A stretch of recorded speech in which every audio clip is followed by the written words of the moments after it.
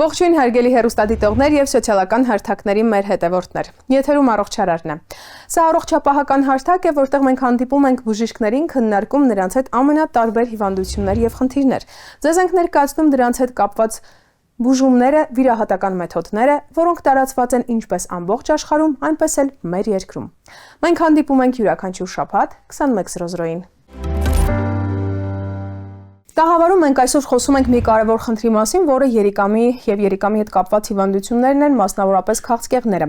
Իմ զրուցակիցը Սուրբ Գրիգոր Լուսավորիչ բժշկական կենտրոնի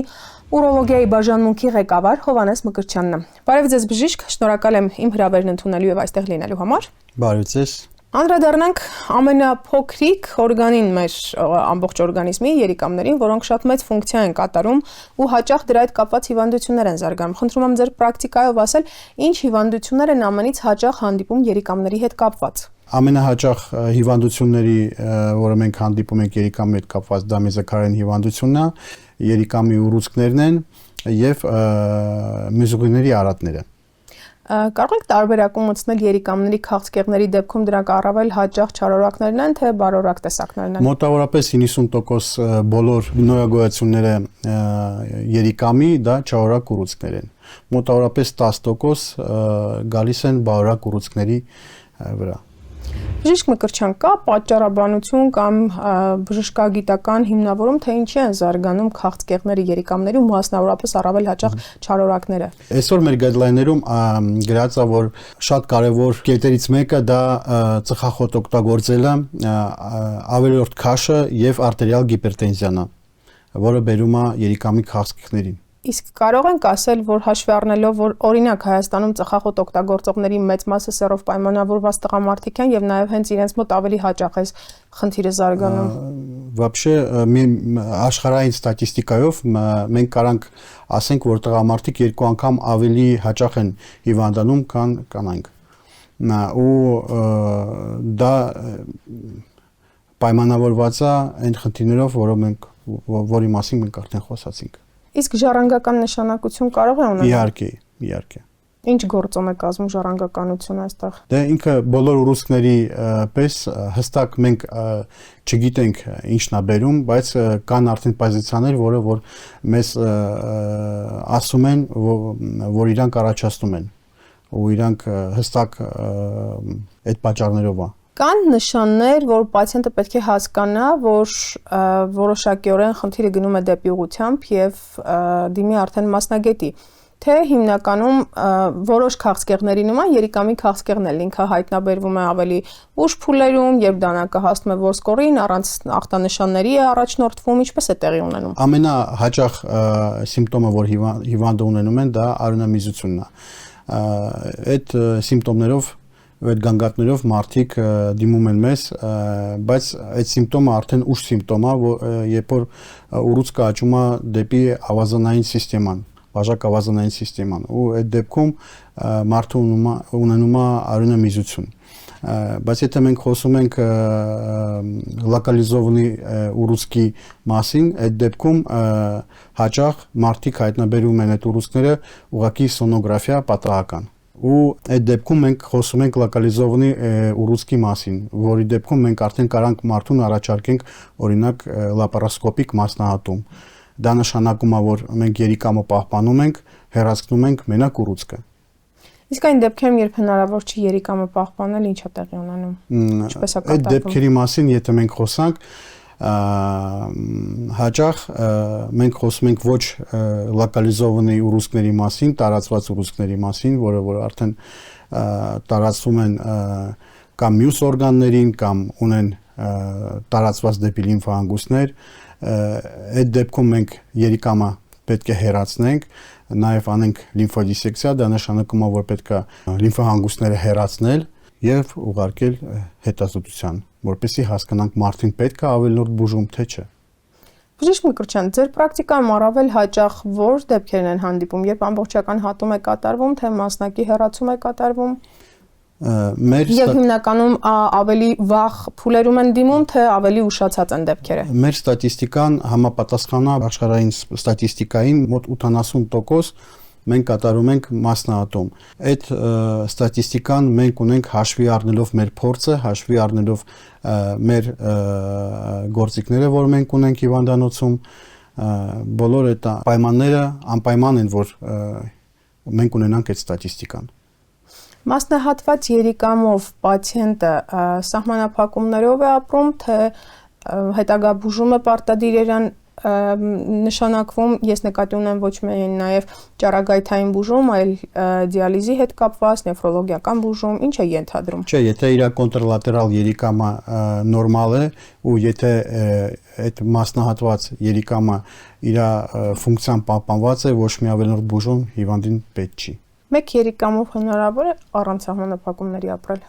Առանց սահմանափակումների հնարավոր է ապրել, ուղղակի մարդը պետք է ուշադիր լինի այդ երիկամի հետ կապված, ու մենք պետք է հասկանանք այդ երիկամի ֆունկցիան ինչքան է։ Եթե դա նորմալ, եթե ինքը ունի նորմալ ֆունկցիա, ոչ մի այտենց առանձնահատուկ սահմանափակում պետք չի մարդուն։ Ինչ է կարծում, ինչու են մարդիկ ավելի ուշ փուլերում դիմում։ Այստեղ ուղղակի գանգատների բացակայությունն է, թե նաև այլ ֆակտորներ են գործում։ Երևի բոլոր ֆակտորներն կարևոր են, համ որ մարդուն գանգատներ չունի, համ որ մենք չունենք տարածված դիսպանսերիզացիա չունենք Հայաստանում, եւ երևի մեր մենտալիտետը կարևոր է այդ հարցում։ Ամեն դեպքում դեռևս խուսափում ենք ժամանակին բժշկի դիմել կամ պրոֆիլակտիկ հետազոտություններ անցնել։ Իսկ ինչ հետազոտությունների են ենթարկվում երիկամի քաղցկեղները, որ հետազոտություններով է հնարավոր իրեն տիպիկ առավել պատկերավոր տեսնել ու բացահայտել։ Որպեսզի մենք խոսում ենք դիսպանսերիզացիայի մասին, ուղղակի հերիքա մենակ սոնոգրաֆիան։ Եթե մենք սոնոգրաֆիայով տեսնում ենք ինչ-որ խնդիր, այդ դեպքում հիվանդին պետք է կատարել կատե քննություն կոնտրաստով, որը արդեն ավելի մանրամասն մենք կարողանանք նայենք երիկամը ու հասկանանք դա ուռուցք է, ինչ ձևի ուռուցք է, որտեղ է գտնվում, իր չափերը, ունի այդ ուռուցքը կապ ուրիշ օրգանների հետ։ Իսկ սովորաբար լինում է տենց, դրանք շատ ավելի բարդացած դեպքերն են։ Այո, իհարկե, եթե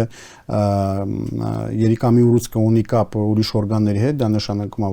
ոչ թե ինքը արդեն ինքը տարածված ուռուցք է, ու այդ դեպքում պետք է երիկամը հեռացնել, հա, կատարել լիմֆոդիսեկցիա ու այդ մենք հաճախ կատարում ենք մյուս օրգանների ռեզեկցիա։ Մինչև ինչ չափի կարող է հասնել գոյացությունը։ Չափի, կշռի։ Մենք վերջերս հեռացրել ենք մոտավորապես 3.5 կիլո ուռուցք, այդ դեպքում մենք երիկամը պահպանել ենք, երիկամը չենք հեռացրել, ուղղակի կատարել ենք մասնահատում։ Հիվանդը դուրս է գրվել տուն 5-րդ օրը, ամեն ինչ իր մոտ հիմա լավ է, ոչ մի կարիք չունի ոչ դիալիզի, ոչ ուրիշ բուժման։ Հիմնականում քիմիոթերապիա չեն անցնում այս պացիենտները, եթե մասնահատում է կատարվում։ Քաղցկեղի դեպքում քիմիոթերապիա ինքը вообще ինքը տարգետն է թերապիա կոչվում։ Քիմիոթերապիա այդ հիվանդները չեն անցնում։ Եթե հիվանդին ցուցված է դեղորայքի բուժում, դա կոչվում է տարգետն է թերապիա, դա իմունոթերապիա է։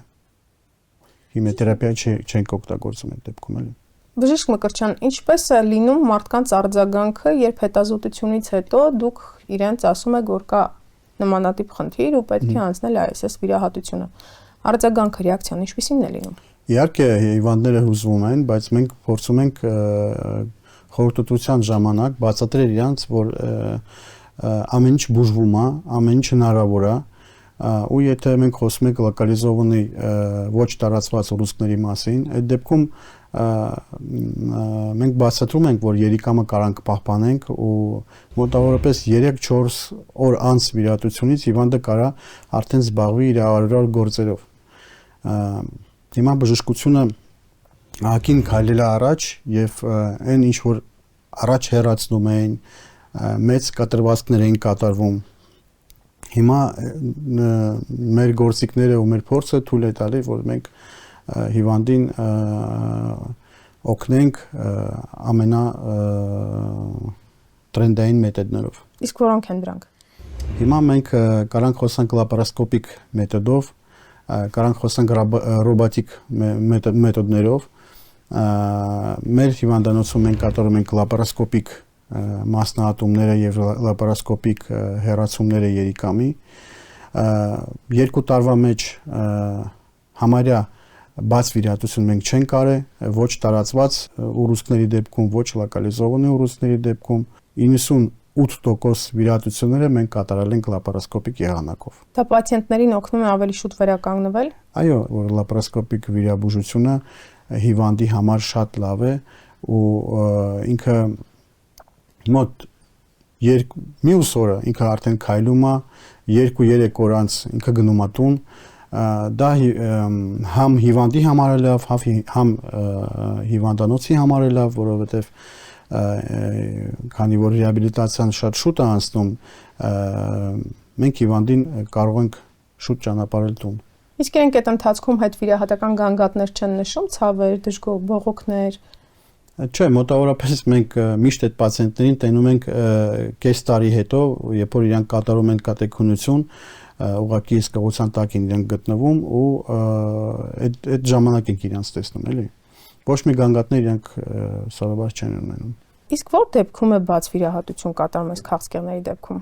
Օրինակ այդ վիրահատությունի մասին, որը մենք խոսացինք մի քիչ անց, երբ որ ուռուցքը շատ մեծ է, օրինակ երբ որ մենք խոսում ենք 20 սանտիմետրանոց ուռուցքի մասին, 30 սանտիմետրանոց ուռուցքի մասին, այդ դեպքում երբ որ մենք պետք է այդ ուռուցքը դոստուպ անենք ու հեռացնենք այդ ուռուցքը, որովհետև ինչ որ ձև պետք է օրգանիզմից հանել այդ ուռուցքը, այդ դեպքում լապարոսկոպիան կորցնում է իր էֆեկտիվությունը, հա։ Այդ դեպքում հեռացում են նաև ամբողջ հարակից հյուսվածքները, որպեսզի գոնե գետմետ բջիջել չմնա, ճիշտ եմ հասկանում։ Այո, իհարկե։ Իսկ մնալու պարագայում կրկնվելու հավանականություն է առաջանում։ Այո, եթե մարդը ունի լիմֆահանգույցների մետաստազ ու մետաստազը մնացել է,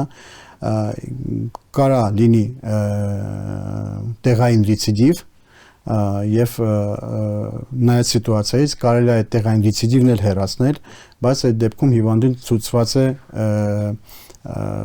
էլի թերապիա, իմունոթերապիա։ Մենք ունեցել ենք այդպես հիվանդ, ինքը եղել է մոտավորապես 50 տարեկան տղամարդ, որը վիրահատվել է 20 թվին, իրան կատարել են բաց վիրահատություն, բաց